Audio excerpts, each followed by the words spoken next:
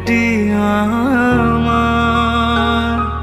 মুখের পরে বুকের পরে শ্রাবণের ধারার মতো পড়ুক ঝরে, পড়ুক ঝরে।